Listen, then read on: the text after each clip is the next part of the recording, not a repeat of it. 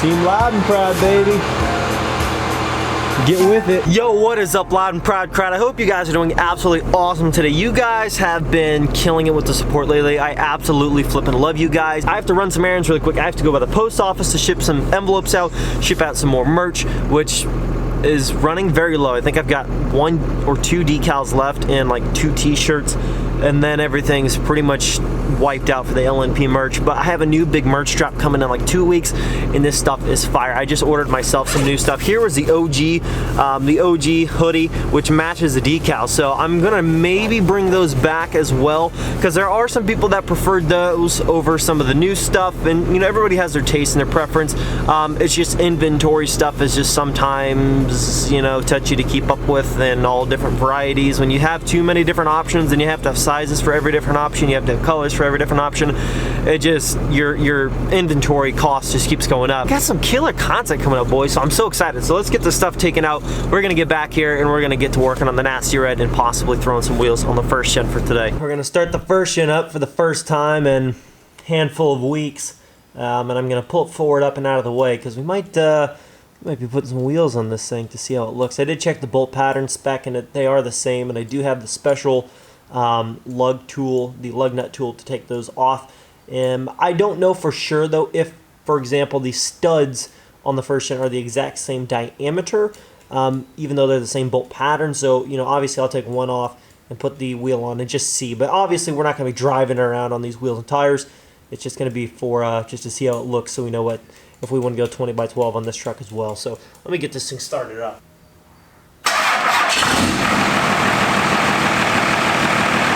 Started up like nothing.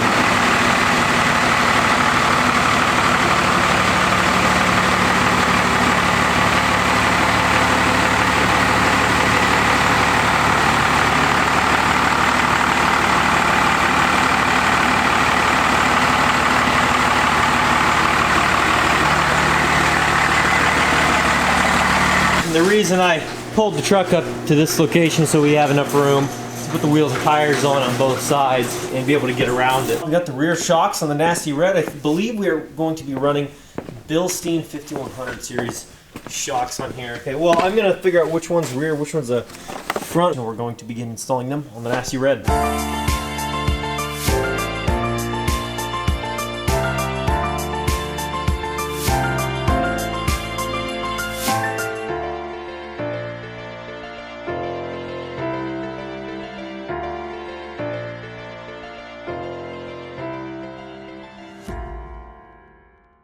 So we got the shock absorbers on the Nasty Red, got the Bilsteins. They are looking sharp, looking clean. Not too bad of an install. Like I just said yesterday, you know, this stuff isn't necessarily hard.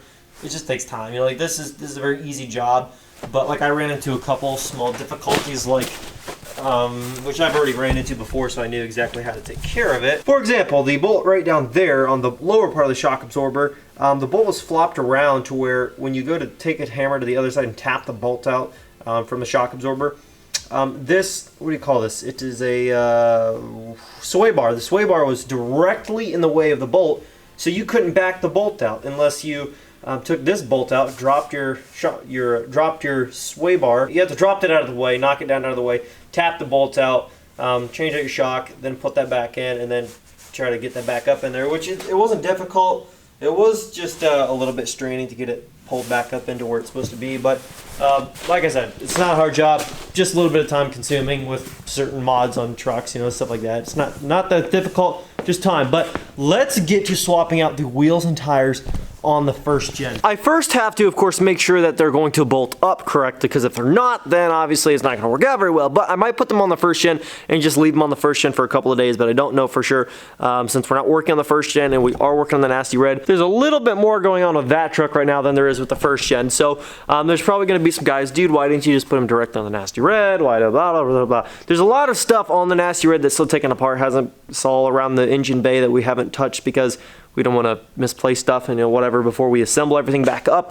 And also, not to mention, we don't want that truck sitting on taller wheels and tires right now, because we're about to work on a lot more. We got a couple more parts that should be in a day or two to continue working on the truck. We don't really want the truck sitting any higher. It's just not as convenient when working on it. But with the first gen, we're not working on it right now at all. So you know, why not? Also, we haven't bought wheels and tires for the first gen yet because my dad doesn't know for sure what kind of look he wants to go with on this truck, but a 20x12 on here, compared to what's on it right now, it's aftermarket, but the offset is really nothing. I'm just gonna see what the actual difference is and how good this first gen would look on some 20x12. Without any waiting around any further, let's get to swapping out these wheels and tires. Got the wheels put on the first gen because I wanted to see how they looked. They look pretty good. So I'm gonna open up the barn door, get a little bit better lighting, pull this truck out of here for just out onto the pad. I'll show you guys around a little bit better.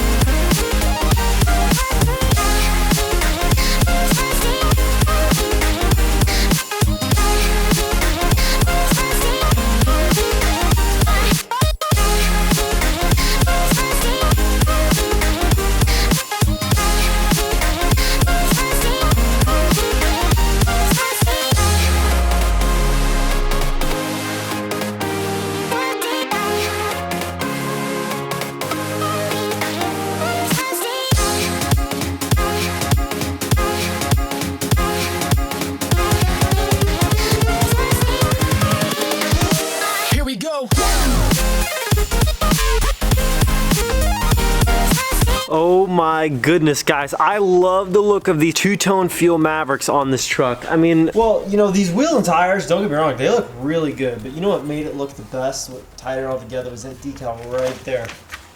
Loud and proud, baby. I love those decals. I mean, obviously they're my brand. I'm gonna favor them, but they're just a clean look. And now there are nearly 100 different trucks or cars, you know, already within the last week and a half around the country, you know, and even some out of the country in, you know, Canada and, you know, UK and stuff, rocking that decal on their vehicles. Thank you guys so much. All the support is greatly appreciated. Now, I will try to have a restock soon and maybe have 2 different color options as well as a red, white, and blue, because you guys seem to love that. I mean, it's a first gen, it always looked good, but wheels and tires look great. I didn't pull it out past the concrete pad where it was dry because there's just muck, and I didn't want to get mud all over the new wheels and tires since they're not staying on this truck. Not a lot of tire poke, but there is some. It looks good though. It looks good.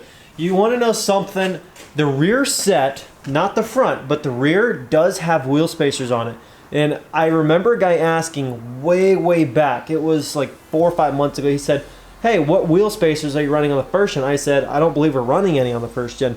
But we had never taken the wheels off, you know, at the time, and I just never noticed it. I just thought, okay, he's got a 315 wide on there. They're only sticking out, you know, actually they're only really sitting flush with the fenders if you look straight down the body line with the upper half of the fenders on the truck. And he said, what wheel spacer? I said, I don't think we're running them, but apparently there are 2-inch, it looks like 2-inch, I'm not entirely sure, but it looks like 2 inches of wheel spacer in the rear. Now up front, of course, there's no wheel spacer on this truck. He didn't run any up front. I don't know what his reasons were. Maybe with the constant engine weight up front, he didn't think it was a good idea. But his rear set on these trucks, you know, most guys, like, you got to watch out. They got to be hub centric or whatever the term is, so that the wheel's riding on some kind of lip, to where it's not just bolted up against a flat surface, which when you're under heavy towing, it can cause some issues. He hauled with this thing a couple times, you know, with a horse trailer and stuff, never had an issue. You know, we've hauled the gooseneck with this truck many times, never had an issue. And but you know, the rear end on these trucks, I don't know if you guys like know what I'm talking about, but you see how up front it's got like this big middle portion that comes out here for your locking hubs. Well, there's almost an identical thing on the rear end, except it doesn't poke out this far, to where the cap still fits under it. You know, the fits over it, the wheel cap, the fuel wheel cap. You know, it sticks out and the wheel pretty much rides on that. But the wheel pretty much rides on that. So it actually works out fine on this truck. And obviously these wheels aren't staying on here. They're gonna come off before this truck leaves the barn again. But good looking wheel, and you know, it'll be fine for now. But yeah, just the right amount of tire poke. Like, my dad would see this and be like, okay, that's the perfect amount. He's not about 20 by 14s, or 20 by 16s. I don't mind 20 by 14s, but he doesn't like them. Fuel Maverick 20 by 12s and 33-inch Pro Comp Extreme MT2s. Looking classy. It's a good look for this truck. Decals, I think there's like 1 or 2 left in stock, but anyways, link in bio if you want to grab a decal. I think there's 3 t-shirts left in stock as well. I think 2 larges and 1 2XL left. Probably going to put a wrap on this video because, you know, I've got to go get some stuff done and it's getting wrapped up towards the end of the day here. I was making phone calls all day, scheduling stuff, working out more details on the whole ATV situation, which has just been a lovely situation. I'll figure it out. I'll get it taken care of. Thank you so much for watching and spending 10 to 15 minutes of your day here with me every single day watching the content. Just really means a lot to me, and I really appreciate all of you guys who are just positive, upbeat, continuous supporters. I love you. I'll catch you guys tomorrow. Peace.